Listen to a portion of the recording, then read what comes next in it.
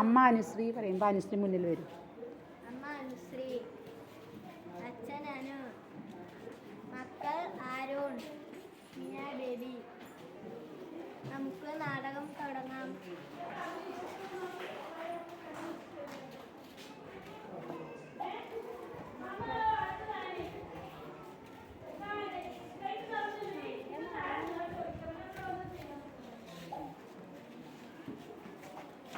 മക്കളെ ഊണിന് സമയമായി. അച്ഛനെ വിളിച്ചോളൂ. ഇതിലൊരു മുന്തിരിയെ കാണുന്നില്ലല്ലോ. നിങ്ങൾ ആരെങ്കിലും എടുത്തോ? ആരും എടുത്തില്ലെന്ന് പറയുന്നു. പിന്നൊരു മുന്തിരിങ്ങ എവിടെ പോയി? നല്ല മുന്തിരിങ്ങയല്ലേ, കണ്ടാൽ കൊതി വരും. അതൊരു തെറ്റല്ല. പക്ഷേ എനിക്കൊരു കാര്യമോർത്താണ് പേടി. മുന്തിരിങ്ങയിലൊരു കുരുണ്ട്. അത് വിഴുങ്ങിയിട്ടുണ്ടെങ്കിൽ നാളത്തേക്ക് അവൻ മരിച്ചു പോകും. അതോർത്താണ് എനിക്ക് പേടി.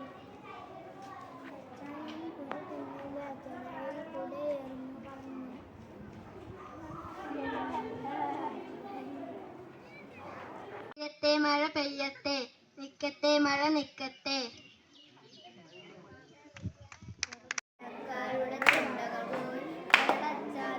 അഭിനന്ദ വരൂ, അവരുടെ കൂടെ കൂടെ ഒരു മിനിറ്റ്.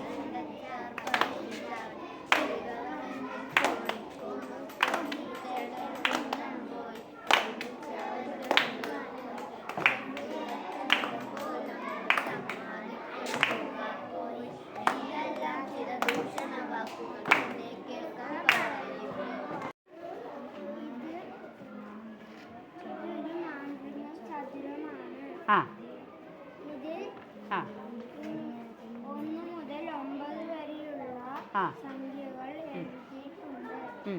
ഇതിൽ നിങ്ങൾ ആദ്യം ഇങ്ങോട്ടൊന്ന് കൂട്ടി നോക്കൂ. നോക്കൂ പറഞ്ഞിട്ട് ഇങ്ങോട്ട് നോക്കണം. കൂട്ടി നോക്കാൻ പറയാം. ഇവിടെ അമ്മ കൂട്ടിയിട്ട് പറയും. എത്ര ഉത്തരം കിട്ടുന്നുണ്ട്? ആദ്യത്തെ 3 നിരക്കനെ 15. 50. കൂട്ടു. 15. 50. ഇനി എങ്ങനെ പറയാം?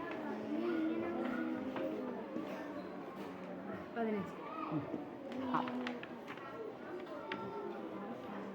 15. 50.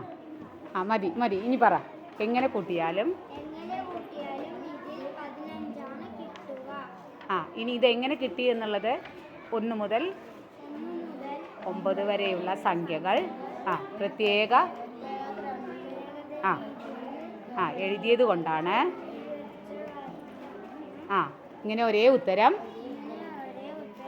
കിട്ടിയത്. അതെങ്ങനെ എഴുതിയതെന്ന് പറഞ്ഞു കൊടുക്കും. 1 ഏത് കോളത്തിലാണ് അങ്ങനെ പറഞ്ഞു കൊടുക്കും. ഒരാൾ പറഞ്ഞാൽ മതി. ഒരാൾ പറയും. ആരെന്ന് പറഞ്ഞോ? ഡെപ്പിയല്ല, രണ്ടാമത്തെ കോളത്തിൽ.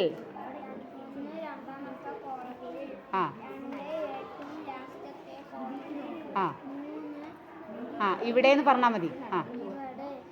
4 താഴെ.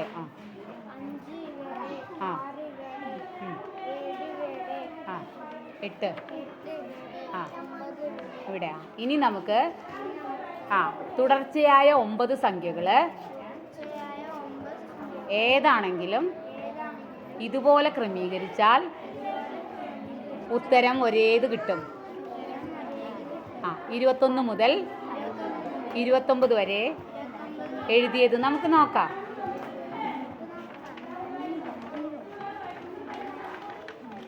കണ്ടുവോ? 1ൻ്റെ അവിടെ നമ്മൾ എന്ത് ചെയ്തു? 2 എഴുതണം അവിടെ. അങ്ങനെ പറയണം. അവിടെ പോയിട്ട് പറഞ്ഞോളൂ. യെസ്.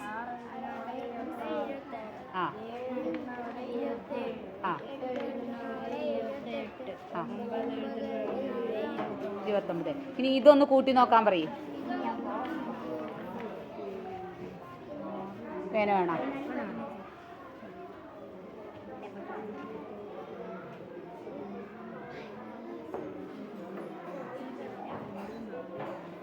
75.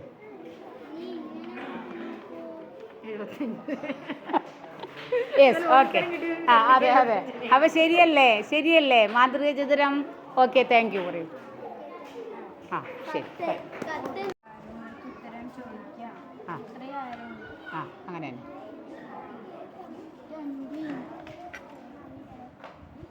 യെസ് അടുത്തൊന്നും കൂടെ എടുക്കൂ രണ്ടെണ്ണം എടുത്താൽ മതി കേട്ടോ ആ അടുത്ത് എടുക്കൂ ആരോ ആ ഒന്ന് ഈശാമ എടുക്കൂ ആരോ ഒന്ന് കാണിക്കും 9 സാർ ഉറക്കെ പറയൂ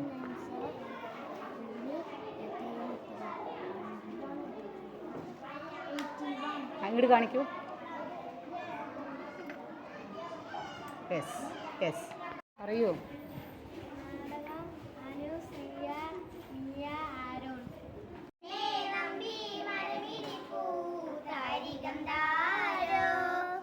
മരത്തെ നമ്പി കൊമ്പിരിപ്പൂ താരികം താരോ കൊമ്പേ നമ്പി ഇരിപ്പൂ താരികം താരോ നമ്പി പൂവിരിപ്പൂ താരികം താരോ പൂവേ നമ്പി കായിരിപ്പൂ താരികം താരോ കായേ നമ്പി കനീരിപ്പൂ താരികം താരോ കനിയെ നമ്പി കിളിയിരിപ്പൂ താരികം താരോ കിളിയെ നമ്പി ഞാനിരിപ്പൂ താരികം താരോ എന്നെ നമ്പി മുന്നിരിപ്പൂ താരികം താരോ മണ്ണെ നമ്പി മരമിരിപ്പൂ താരികം താരോ ഞങ്ങൾ കൂട്ടുകാരെല്ലാവരും കൂടി പാടവരമ്പത്തിലൂടെ നടക്കുകയായിരുന്നു.